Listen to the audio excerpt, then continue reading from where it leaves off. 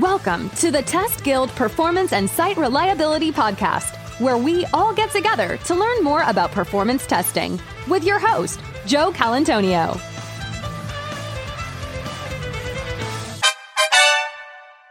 Hey, it's Joe, and welcome to another episode of the Test Guild Performance and Site Reliability Podcast. Today we'll be talking with Brian Tully all about performance testing, Drupal applications, LAMP stack performance tuning, and much, much more. For the past 2 decades, Brian has developed web experiences and products with one goal in mind, and that is to build high-quality software that delights the end user and provides an optimal user experience. Brian has extensive experience developing and performance testing Drupal sites for companies like HP.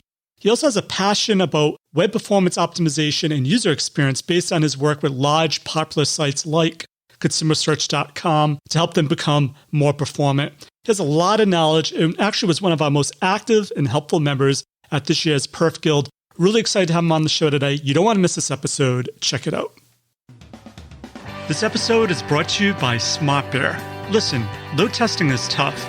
Investing in the right tools to automate tests, identify bottlenecks, and resolve issues quickly could save your organization time and money. SmartBear offers a suite of performance tools like Load Ninja, which is a SaaS UI load testing tool, and Load UI Pro, an API load testing tool to help teams get full visibility into UI and API performance, so you can release and recover faster than ever. Give it a shot. It's free and easy to try. Head on over to smartbear.com/solutions/performance testing to learn more. Hey, Brian, welcome to the Guild. Hello there, Joe. Thanks so much for having me. Awesome to have you. Before we get into Brian, is there anything I missed in the intro that you want the Guild to know more about you? I guess that I've been working at Acquia, which is one of the main Drupal companies that kind of fund Drupal and utilize Drupal for the past 4 years, and I head up their launch readiness practice. Awesome. So what is the launch readiness practice? That's a good question. Launch readiness, basically what we try to do is before an application goes live, we kind of run it through the process of making sure that performance standpoint and a security standpoint, everything is good, that any assumptions that were made early on in the project still are valid. And certainly on the performance side, where I tend to focus on, that's where we really put the application through the process of, load testing, performance auditing, doing front-end audits, etc., just to make sure that they're going to have a successful launch. Great. So before we actually dive into the nitty-gritty of that, for folks that don't know, what is Drupal or LAMP? Either one. Yeah, sure. Drupal is a content management system that's probably been around for over a decade now, and it's kind of built primarily on PHP, MySQL, basically open source content management system. It's kind of been evolving over the past 12 or so years. It was originally developed by a college student, Dries Bijtaert, who's now one of the main folks at Acquia. He's still kind of like the CTO. And yeah, we're all like very involved in the Drupal community. I think what attracted a lot of people to Drupal was just the open source mentality. The fact that it was using program languages like PHP, which are, relatively straightforward and simple to kind of learn. And yeah, I think Drupal has been evolving, like I said, over the past 12 years or so. Very cool. So is there anything different about performance testing, say a Drupal site, than say maybe a typical web browser application? Regardless of what framework or what system you're using, there's certainly going to be a list of things you're going to want to test. Sometimes it depends on are there some tools better than others to test that application? Certain frameworks, like if you were testing a project or an application that's running using Django is another content management system that's built with Python in mind. So you might leverage more testing systems within Python rather than, say, PHP, or if you were building a site on Ruby on Rails. But I think the concepts are relatively simple is, you want to make sure that you're testing as early as possible and as frequently as possible. And you want to make sure that what you're testing is valid, that you're testing like user scenarios that are going to be representative of what, real users are going to be doing, and that you're doing it on basically with a traffic load that is going to represent what real people will be visiting your site with. I know like with some solutions like SAP and Salesforce, I'm not saying they're exactly like Drupal, but they usually have like APIs that allow you to do things with them. Even WordPress has like REST APIs you can use to interact with it. So when you're doing performance tests, is there anything in Drupal that gives you maybe an API access that folks may not be aware of? Yes. So certainly Drupal is very similar to WordPress in some ways in that both are PHP based. Both have APIs, RESTful web APIs that you can perform things behind the scenes rather than standard page requests. And certainly with the newer versions of Drupal 8, which has been out for the past few years now, they've evolved significantly where now it's leveraging I don't know if you're familiar with the Symfony PHP framework, which is more object-oriented PHP. So in some ways, it looks more like Java than it does old school PHP procedural code. And with that, there are now APIs, Json Api, which is like a JavaScript framework, just similar to the GraphQL, like a query language to get JSON responses so that if you wanted to, you could run headless Drupal or decouple Drupal so that if you wanted to kind of put in place a framework like React or Gatsby JavaScript, you could have a front end that basically calls the Drupal API so that you're still using Drupal as a content management system, because that's really where it shines in helping you develop kind of your content information architecture and editorial experience. But if you wanted to, say, have a completely different front end, like have React or Gatsby or Vue.js serve your site, you could do that. So is there a common protocol you usually use when you're testing Drupal? Is it the API protocol? Is it an HTTP protocol?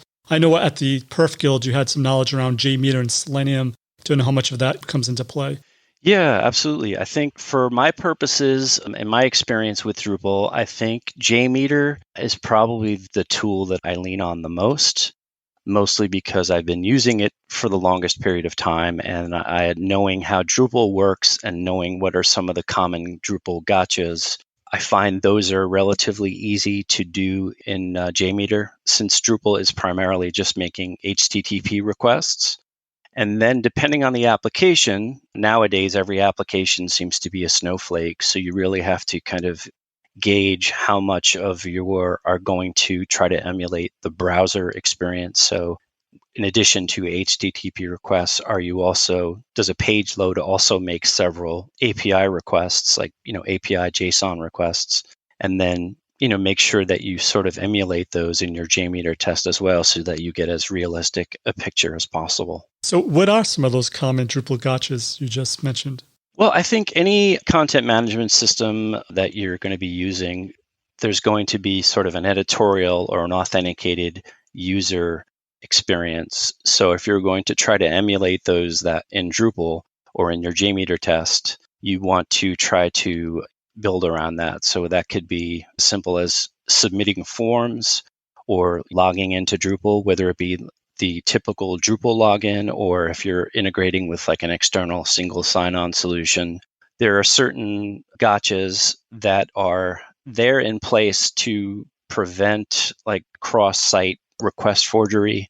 So for instance, in Drupal, anytime you submit a form, there's usually like a form token a form build ID. These are kind of like dynamic variables that change based upon certain security parameters that are hashed within your settings so that no one can do like a denial of service attack by, constantly submitting forms, etc. It'll basically validate that those tokens are valid. So you have to know when you're developing a test how to extract those values from the page before you submit the form request, so that you're submitting valid values. So knowing little things like that, knowing that, for instance, if you're trying to develop a test that integrates with a single sign-on solution, there's usually extra like JavaScript web tokens. There might be certain security nonces that you would need to figure out. And in those cases, that's sort of one of the main areas where I'm trying to get performance testing earlier in the process, in the development process, because it's usually the developers that know that information the most. So they can certainly develop, for instance, Postman Collections. Postman is an application you can use to kind of simulate HTTP requests, other types of requests, and sort of automate them. It's especially good for building like a REST API. Like if you're using a Swagger API RESTful endpoint, you can use Postman to emulate requests. So having like a dedicated or a completed Postman collection of like how the API is supposed to work, how you're supposed to get a token, any of that information is really helpful because that can help you understand the API and then understand how to develop that in any testing framework you're using, whether that be JMeter or Locust or anything else. Interesting. So you're on the launch readiness team. So is that after everything's been developed and ready to go and you're putting it through its paces before you deliver it to a client? And if so, how do you get it so performant? Like you did mention developers getting them involved. Are there any other tips you have to get them more involved so when it is delivered to your team that it is more performant? Yeah, absolutely. So as you probably know, over the past few years, it's been this momentum within the testing community to shift left. So the idea that you're not waiting to the last minute to kind of test your application, and that can be behavioral tests, functional tests, unit tests, but also now performance tests. So the idea to shift left would be earlier in the process, in your development process, or as you're developing features, as you're deploying features, why not build a relatively simple performance test, at least a performance measurement that you can then gauge after each sprint or after each release. In other words, has there been any regression in performance? And you can use that, especially as you get into the idea of performance budgets, where you're kind of consulting and kind of, I guess, compromising with the business team in making sure that the features that they're requesting are not hindering performance. And if so, what can be done to modify that or ameliorate that so that it's not as bad? Gives you a little more flexibility in being able to say, well, we can do this, but maybe not do this. Maybe this feature isn't a good idea because it adds 500 milliseconds or it adds a complete second to each page. Great advice. So, you did mention authentication credentials. It is because it's a Drupal site. Is there any attention issues in Drupal that a lot of people get tripped up on, like a single point of entry that no matter how many users you have, they all have to hit and it'll cause performance issues? Yeah, absolutely. I think in any framework, when you have authenticated users, for the most part, you're bypassing cache. I mean, any performance recommendation you have, any performance focus cache should be your primary reason of how we're going to make the site perform well. So the more you can cache, the less the application needs to be bootstrapped.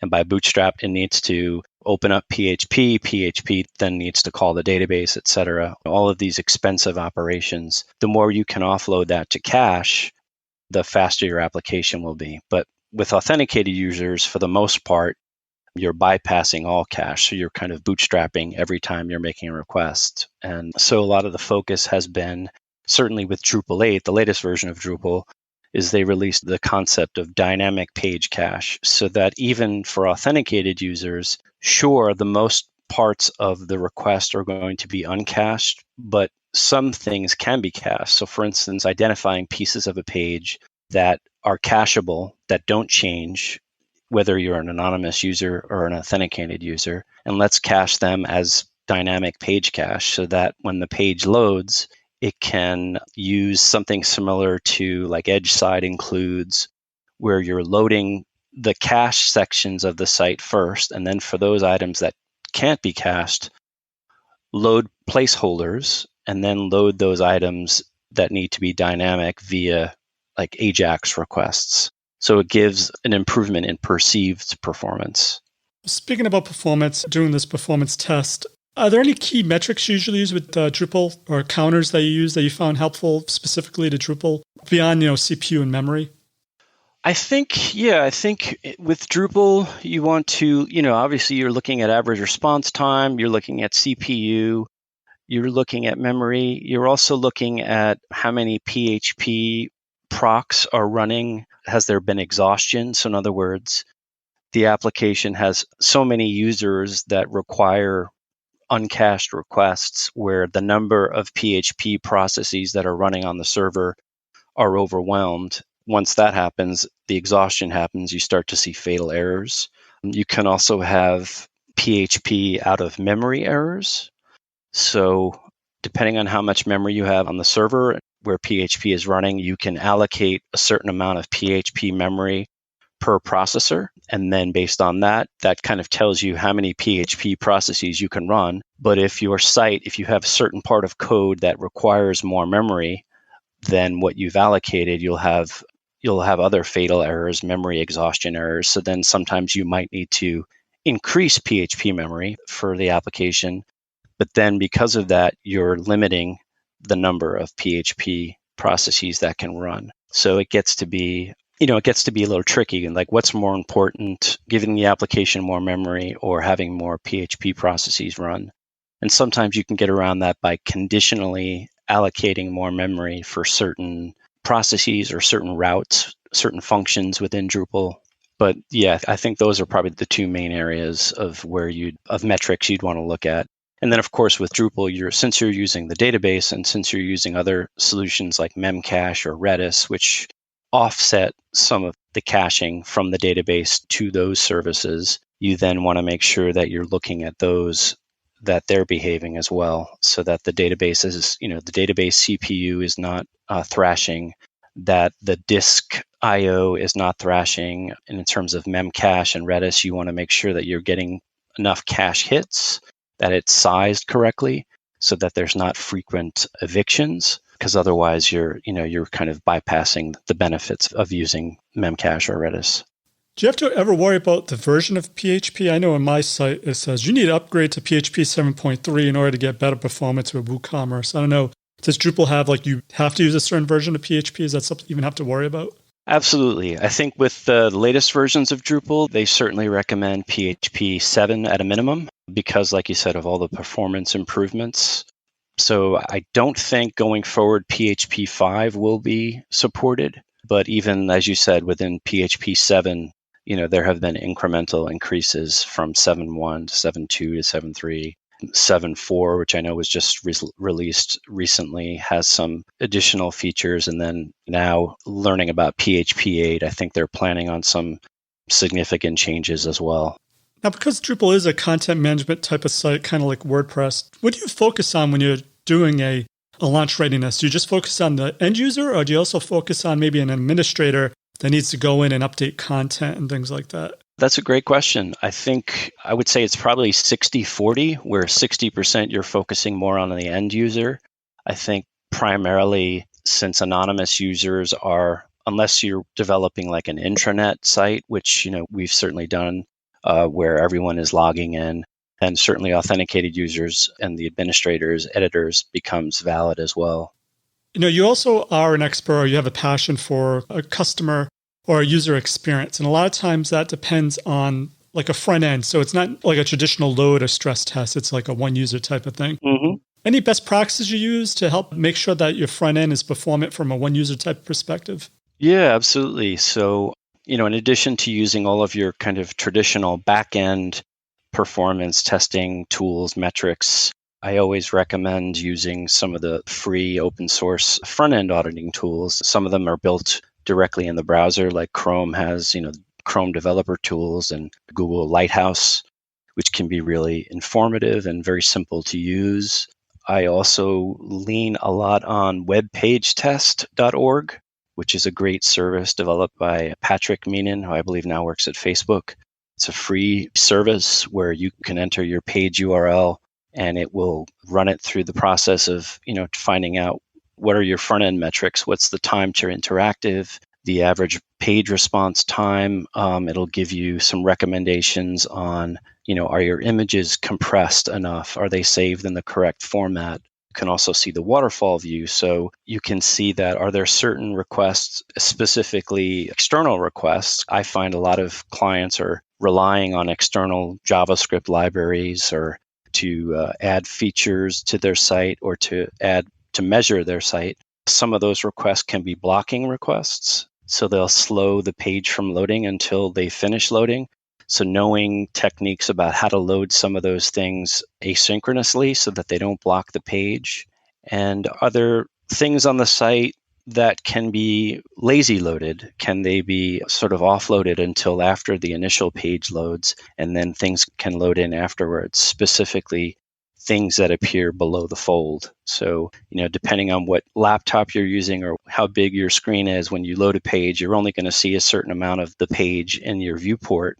So the more you can offset loading the items that appear out of the viewport until they appear in the viewport, that can give you significant performance increase. Nice. So I'm a big fan of checklists. So I know you're part of the launch readiness team. Do you have a checklist of things you always go through before you say, okay, yes, this is ready to go ship to the client? Absolutely. We actually we've automated some of that. Acquia has developed a tool called Drutiny, which I believe stands for Drupal Scrutiny.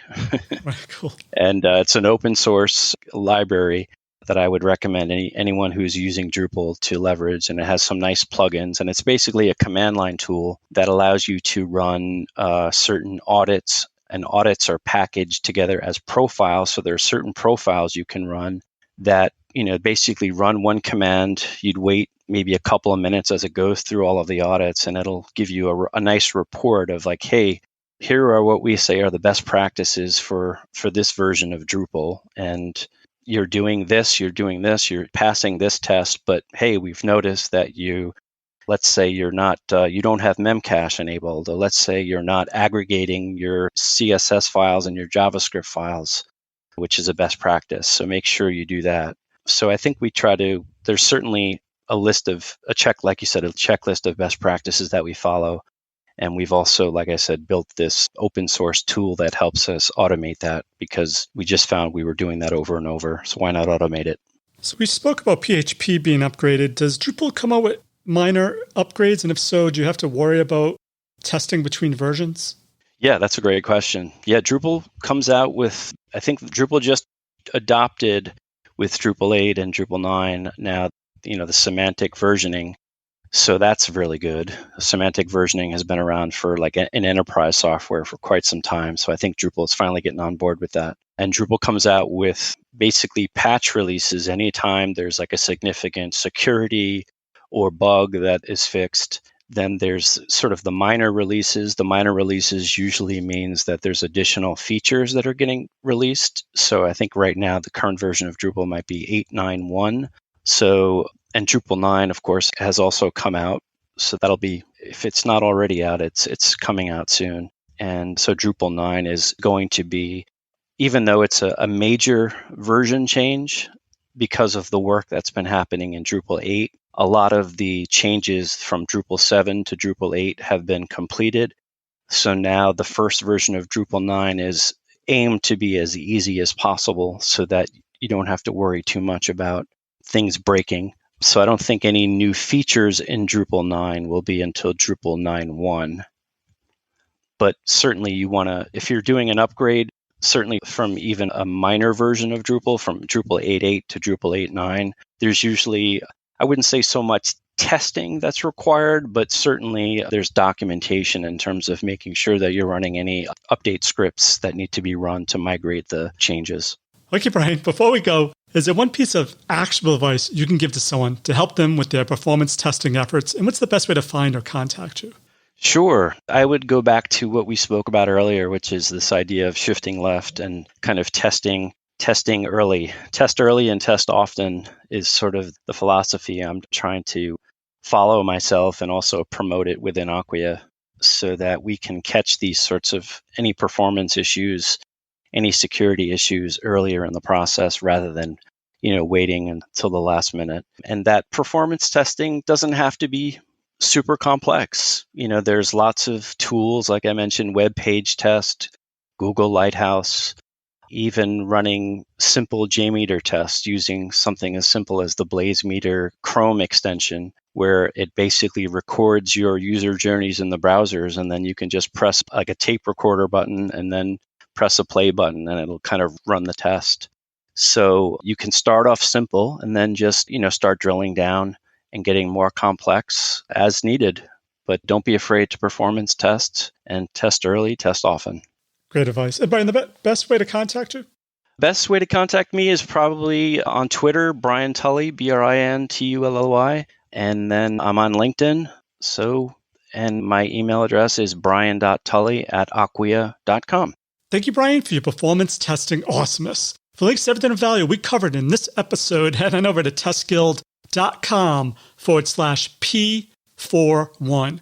And while you're there, make sure to click on the Try Them Both Today link under the exclusive sponsor section to learn all about SmartBear's 2 great tools to help you with performance testing, Load Ninja and Load UI Pro. So that's it for this episode of the Test Guild Performance and Site Reliability Podcast. I'm Joe, and my mission is to help you succeed with creating end-to-end full-stack performance testing awesomeness. As always, test everything and keep the good. Cheers. Thanks for listening to the Test Guild Performance and Site Reliability Podcast. Head on over to testguild.com for full show notes, amazing blog articles, and online testing conferences. Don't forget to subscribe to the Guild to continue your testing journey.